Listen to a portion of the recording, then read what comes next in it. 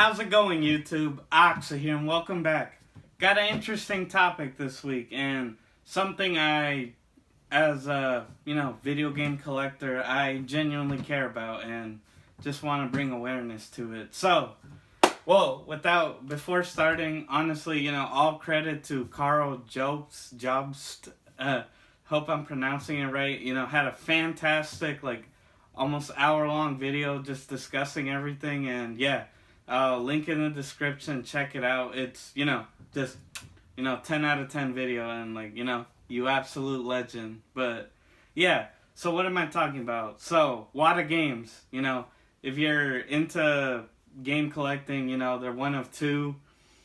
I guess they, I don't know how to describe it, they, certify games, sealed games, things like that. They rate them, right? It's like CGC with comics, right? And yeah, this in particular is about Wata and Heritage Auctions, right? Auction house that essentially they're in bed together. They've been working together all along, and it's just all a huge scam. So yeah, So Wata Games, what can I say? They're a newer company. They were founded, 2016, and they started, they came into prominence 2017. Could be wrong. It's one of those years. But yeah, they're only 4 or 5 years old, and yeah, if you've seen headlines, the Super Mario 64 sealed, 9.8 sold for $1.5 million. Absolutely insane. That game is nowhere near worth that. Just stupid, It's just dumb. And yeah, they've been in the news lately, and I guess I just want to talk about them, their scam, and how that can affect game prices, right? But yeah, again, you gotta check out Carl's video. Did a fantastic job. Goes way all the details, everything. But yeah, it's pretty much the main thing to take away is that they're pretty much Wata and Heritage Auctions are pretty much market. They're trying to manipulate the market, right? Draw people's attention to oh, look at these games, right? These games that you have in your house are worth millions of dollars, right? And yeah, it's just, everything about it is just shady. For one, Wata, so again, they certify games, right? They do not release population reports. So what is that? So, I have these for a reason. So here, I have, as you can see, Slab CGC certified, Marvel, 2001 The Space Odyssey, the origin and the first appearance of the original Machine Man. I didn't get this graded. I bought it like this. It's not worth much. 8.5. But yeah, I bring this up. So CGC, right? They're known for, they're in the same business, but their main thing is comic books. So yeah, they have what's called population reports. So I can go on their website right now, look up this comic, see how many of these have been graded, right? Sent into, the CGC, the rating, and yeah, again, a population report. It just lets me know how many of these are out in the market, exist, and, gives you an idea, value, what they sell for. Wata does not disclose this information, and they have said they do not plan to, which should already be a red flag, they're, obviously they don't want you to know who's buying it. But yeah, again, CGC, they've been doing it for years, so again, they're more trusted. They've been they've been in this game longer, one of the OGs, right? But yeah, again, I can look this up and see how many are in the market. You cannot do that with Wata Games. So, that Mario 64, that sold for 1.5 million, right? And it was a 9.8, a perfect copy. Guys, seriously, Mario 64. You have to understand, I'm pretty sure I'm not wrong. That was like the best-selling N64 game. What makes you think that that is worth $1 million? Heck, I don't even think that game is worth over 10,000 in that grade. Like, absolutely dumb. Like, again, and that's what brings me to this. So, a lot of you are like, yo, what the hell is this? So this is a Neo Geo AES cart. Japanese, so it's not worth as much, but I use it for context, right? So, American... So yeah, what is this? This is a video game. You know, Neo, SNK, right? They had their own line of course, arcade machines. And they made a home console back in like 1990, 91. So this was competing with like the Super Nintendo Genesis and yeah, the Neo Geo AES. And I mean, what can I say? That it was a rich people console. It was the first like arcade perfect console. I mean, here, you want to see the carts? Like, look, okay, the manual and yeah, big, right? This is a Neo Geo cart. You know, these are substantial, right? It's like a VHS almost. I mean, smaller, but obviously wider. But yeah, these were arcade perfect versions of their games. But why do I bring this up? Games like this, I would genuinely believe, can be worth a lot. The AES, like, to give you perspective, so, you know, people are complaining now that game companies want to raise prices to, like, $70 or more. I mean, back in the day, Super Nintendo games were, like, $90. You want to know how much American, again, this is a Japanese version, but, you know, we're going to say American, right? So, an American version costs retail $19.90. These were like $250, like $300 retail. The console was like, I believe like $500, so, or like no, $700 back then.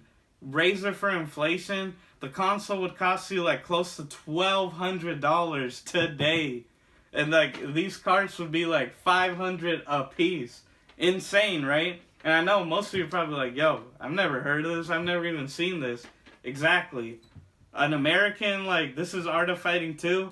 An American version, if I, you know, got this graded, this is a game I genuinely would believe that, like, yeah, this could be worth, like, thousands. I mean, you know, speaking of the Neo Geo, the last official game released, Samurai Showdown 5 Special, right? The very last game for it, released, like, they supported the console a long time, like 2004, or like 3 or 4.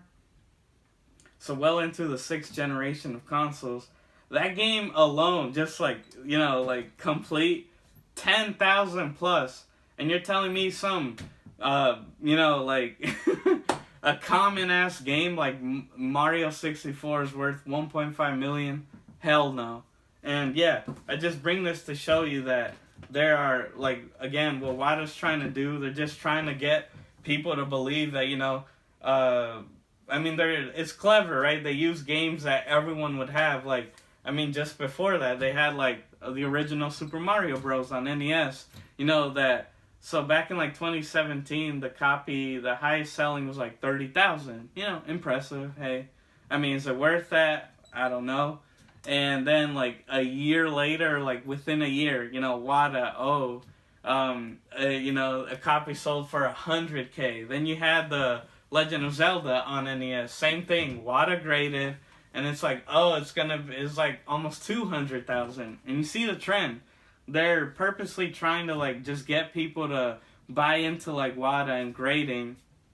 And, like, you know, just come into the market and, like, yeah, all it is just the people at the top, you know, Jim Halperin, he's the guy running Heritage Auction, which, again, they're partnered, and he is like a director or advisor at Wata, so pretty scummy, don't you think, that, like, a guy running the auction house, like, conveniently enough, when Wata was first founded, said that they would be supporting or, like, selling Wata, you know, graded games at, like, heritage auctions at their auction houses. Huh. I mean, I don't know about you, but that just tells me they're in bed, you know. They've been in a relationship from the start. But yeah, I just bring this up that just, like, I don't know, it's like, it's pretty scummy, honestly. Like, something like it, because I mean, again, you have comics who have been, you know, they've been graded and stuff like that for years, right? I mean, comics as an art form is way older than video games, right? We're talking like the early like 20th century, right? Like 1900s, you know? And yeah, like video games, I mean, think what they really came, like, started what, 70s, right? Like Pong, you know, like that generation, pre-Atari. And then yeah, like, so think it's only been like about what, 50 years where this is like, oh, it's been close to 100, if not already 100 years. And yeah, it's just like, I guess what I'm just saying is like, look, don't trust Wata. Like VGA, so VGA is the other major gaming grader out there. They've been around since 2008, so I trust them more.